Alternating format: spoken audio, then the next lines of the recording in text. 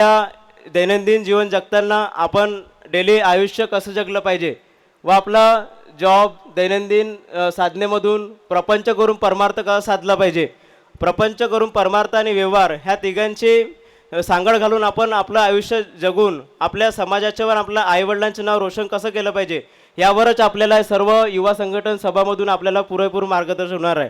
तर आपण सर्वांनी इथे एकत्रपणून म्हणजे उपस्थित राहिले आहे. तर मी अशी सर्वांकडून मी भगत साहेबांना ग्वाही देतो की ह्यानंतर म्हणजे यामध्ये या सभेमध्ये आपण जे सुद्धा आपल्या नागपूर जिल्हा युवांना सांगाल ते तंतोतंत तुमच्या सूचनेचं पालन करणार आणि नागपूर जिल्ह्यातली युवा संघटना आणखी मजबूत होईल व चांगल्या पद्धतीने सामोरसुद्धा कार्य करणार मी सर्वांना ग्वाही देतो. आणि आपण सर्व वेळातून वेळ काढून इथे उपस्थित राहिलात आणि समोर आता तुम्ही सर्वांचं मार्गदर्शन ऐकणारच आहे. गरमीचे दिवस आहे, तुम्ही सर्व तरी पण इथे उपस्थित आहे आणि चेहऱ्यावरती सर्वांचे हास्य उजळून येऊन आलेलं आहे. तर सर्वांचे सुद्धा मी शब्दसुमनाने अभिनंदन करतो व सर्वांना माझ्या सांप्रदायिक श्री गुरुदेव. श्री गुरु.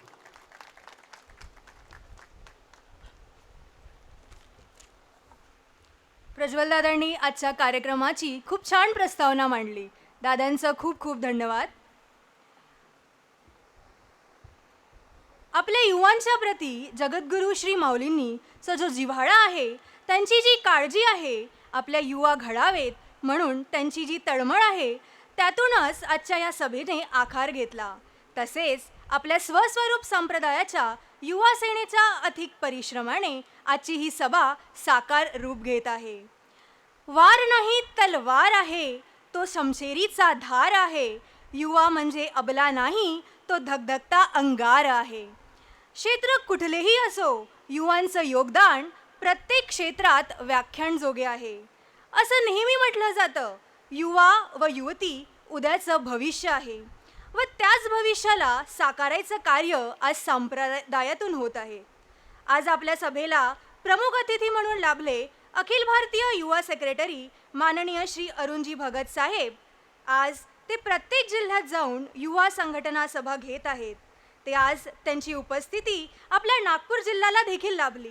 मी माननीय डॉक्टर अरुणजी भगत साहेब यांना विनंती करते की त्यांनी आम्हा युवांना मार्गदर्शन करावे. श्री गुरुदेव.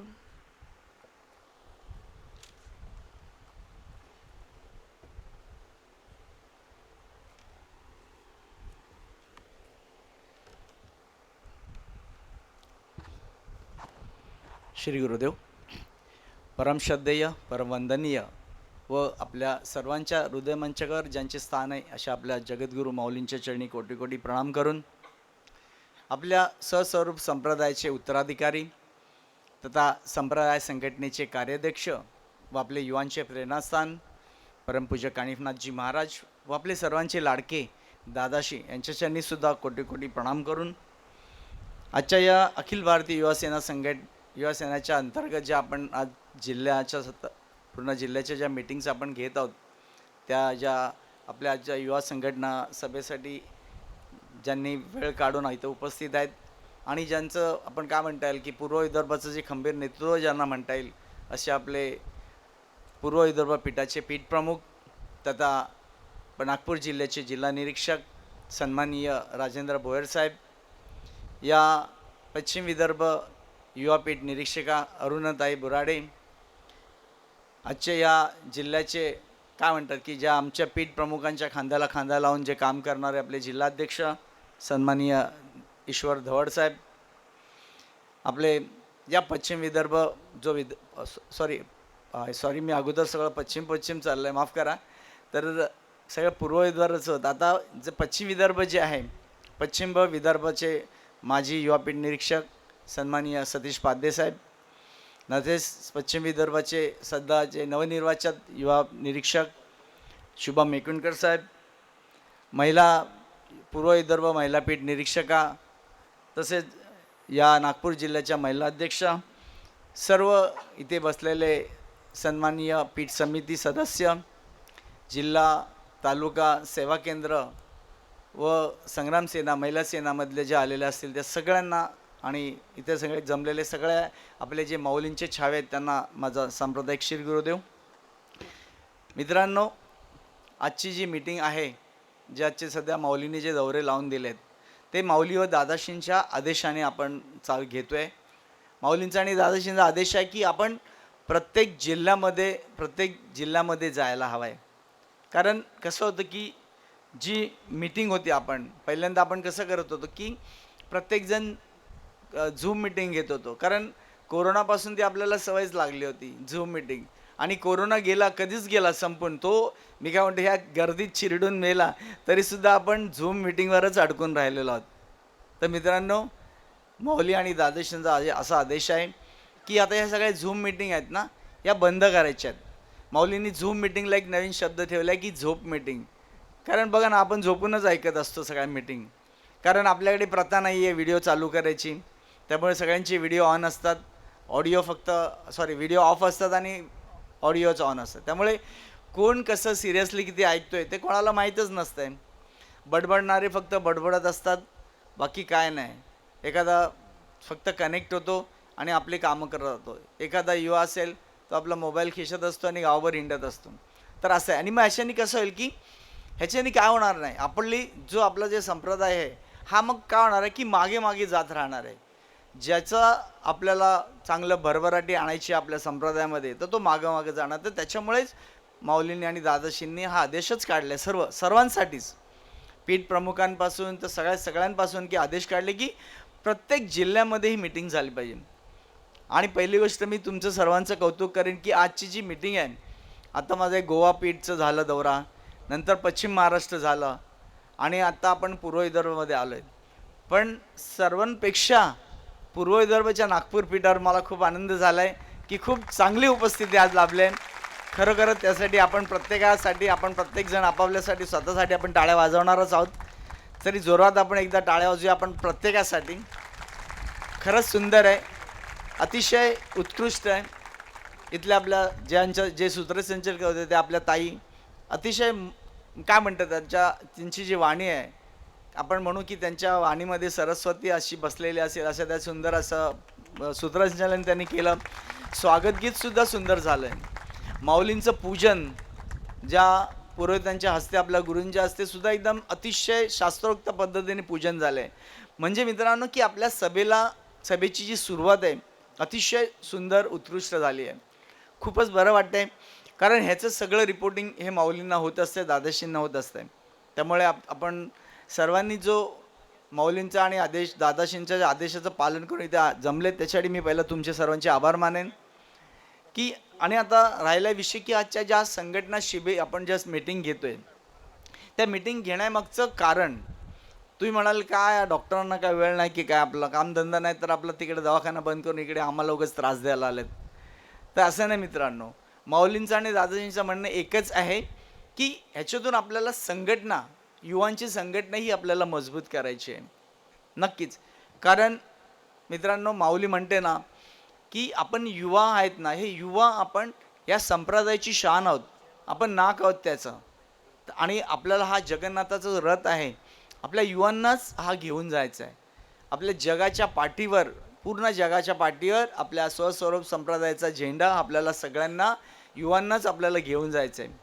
कारण आता बघा ना, जे 40+ आहेत, 45+, 50+ हे आता दमलेत सगळे. आता जे व्यासपीठावर किंवा व्यासपीठाच्या माझ्या उजव्या हाताला जे सन्माननीय सर्व बसलेत ते सगळे आता थकलेले आहेत.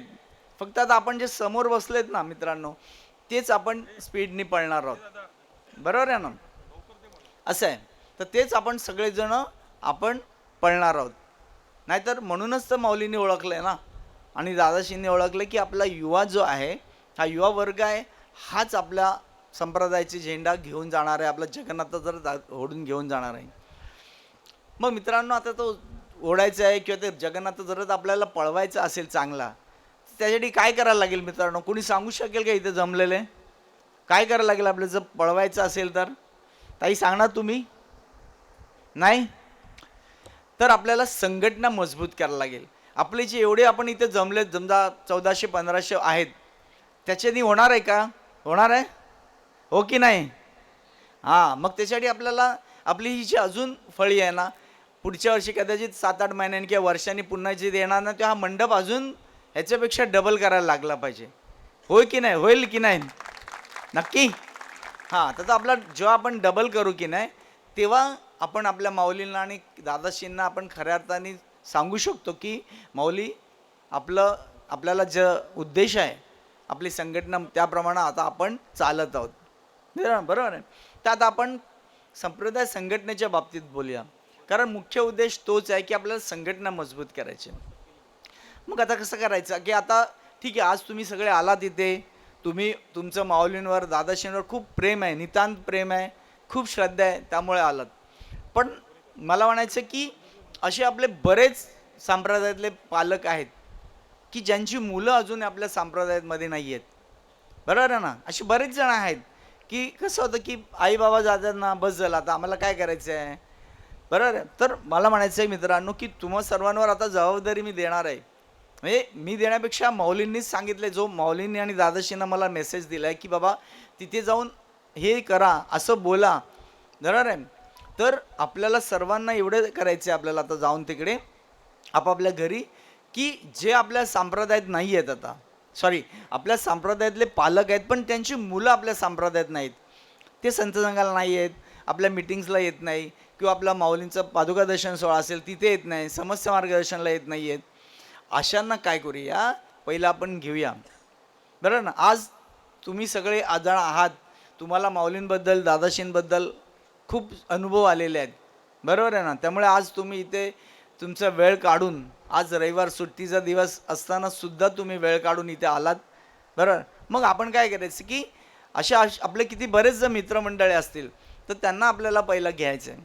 आज मला सांगा ना, आपले जे पालक असतात सगळ्यांचे, ते आपलं भरपूर लाड करतात की नाही. आपल्याला हवे तसे कपडे घेतात, आपल्याला हवं ते खायला देतात. बरं. आज बघूया ना आपण, आज एखादी आपली युवती आहे, आज त्यांचा एखादा पंजाबी ड्रेस जरी घ्यायचा आहे तो कमीत कमी 1,500च्या वरतीच असतो, 1,500च्या पुढे स्टार्ट असतो. पण पालक तिथे कधी घाबरतात का, अरे 1,500 कसं काय. पण ते तर उलटं अजून बघतात, ते दुकानदार और अच्छा दिखावर और 2,000 का दिखाओ, 8,000 का दिखाओ. म्हणजे ते तिथे काय करतात, ते काय बघत नाही आपल्या खिशात किती पैसे आहेत काय बघत नाही, ते बिंदास तुमच्यासाठी शॉपिंग करतात. तुम्हाला कधी खावंसं वाटलं काही, पिझ्झा बर्गर, कदा रोजची घरची चपाती आणि भाकरी खाऊन कंटाळा आला असेल तर तुम्हाला कधी कधी पिझ्झा भाकरी आवडते, तुम्ही बोलता की चला डॅडी किंवा पप्पा आपण आज मागूया, ते नाही बोलत नाहीत.